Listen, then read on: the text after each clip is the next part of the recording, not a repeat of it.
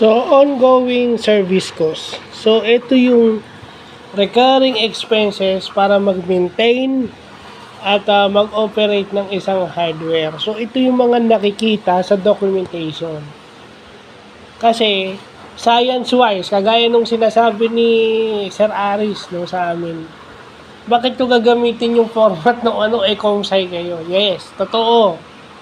Sa school, pwede yung science eh. Pero dun sa business, pagdating mo sa real world o sa workforce, yun na yung gagamitin mo, etong mga to. So, yung management o business side. Diba? Kasi yung iba, prototype ng prototype, pakitang gila sa PHP, pakitang gila sa Python, pakitang gila sa DevOps. Pero itong mga to, hindi binibigyan pansin. Ang gusto lang nakikita kung ano yung alam nila sa DevOps, sa Android, sa lahat. Laging dun lang nakakonsentrate. Pero pag hindi siya economically feasible, walang kakagat. Walang magbabuy-in.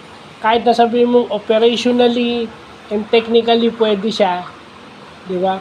2 out of 3 is not 3 out of 3. Kailan ba naging 100% yung 66.67 o 67%? Ang laki ng diferensya.